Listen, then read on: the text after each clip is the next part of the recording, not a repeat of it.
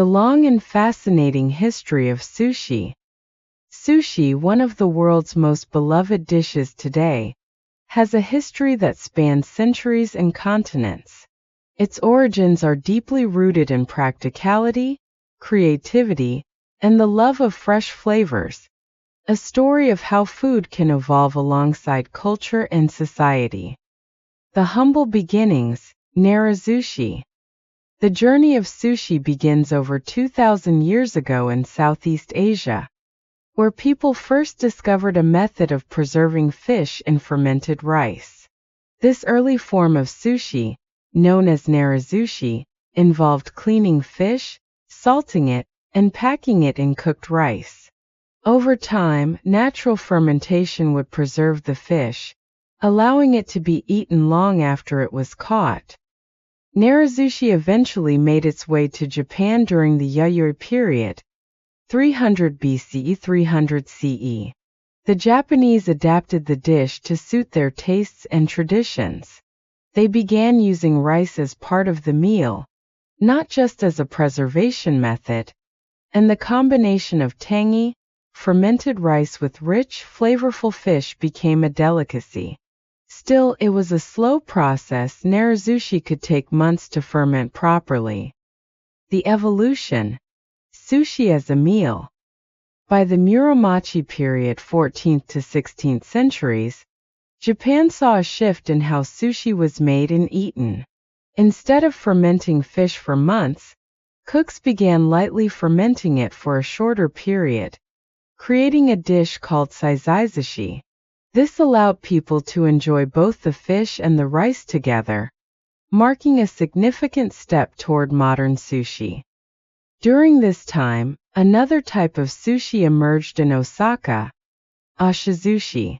This involved layering rice and fish in a wooden mold, pressing it to create a compact rectangular block, which was then sliced into bite-sized pieces.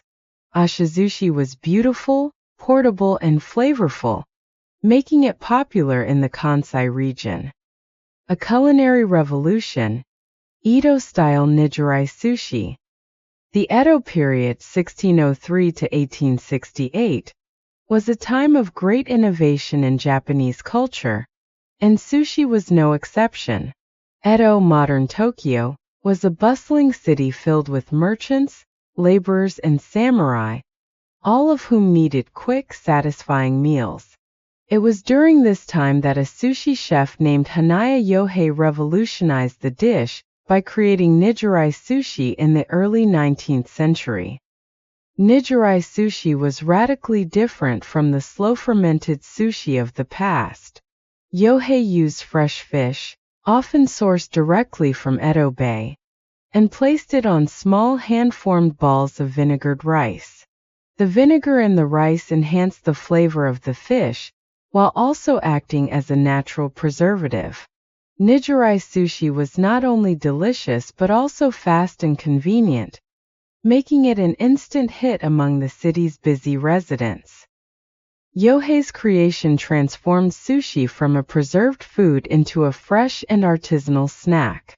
Soon, sushi stalls lined the streets of Edo, and chefs competed to offer the freshest ingredients and the most skillful presentation.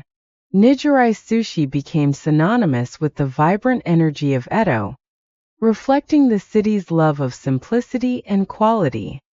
Regional variations of sushi. While nigiri sushi thrived in Edo, other regions of Japan continued to develop their own unique styles. In Osaka, ashizushi remained popular, often featuring local specialties like mackerel or eel. In the mountainous regions of Japan where fresh fish was harder to come by, cooks developed inarizushi, a type of sushi made with rice stuffed into sweet tofu pouches. Hokkaido, known for its abundant seafood, became famous for kairashizushi, a dish where vinegared rice is topped with a colorful assortment of fresh fish, vegetables, and even edible flowers. Each region of Japan embraced sushi in its own way, using local ingredients and techniques to create new variations while honoring tradition.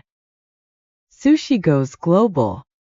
Sushi began its journey overseas in the 20th century, carried by Japanese immigrants to countries like the United States, Canada, and Brazil.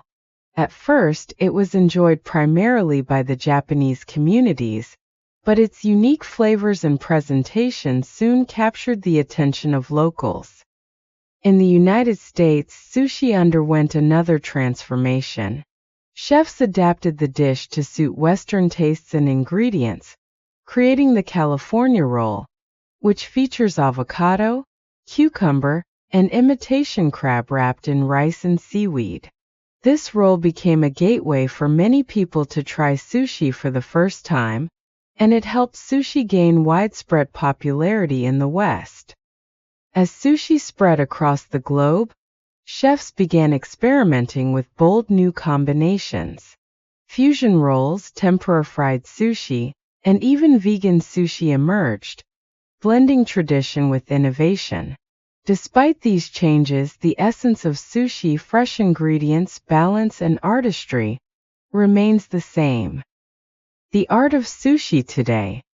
In Japan, sushi is still considered a fine art, and becoming a sushi chef is no small feat. Apprentices spend years learning the craft, from preparing the perfect rice to slicing fish with precision.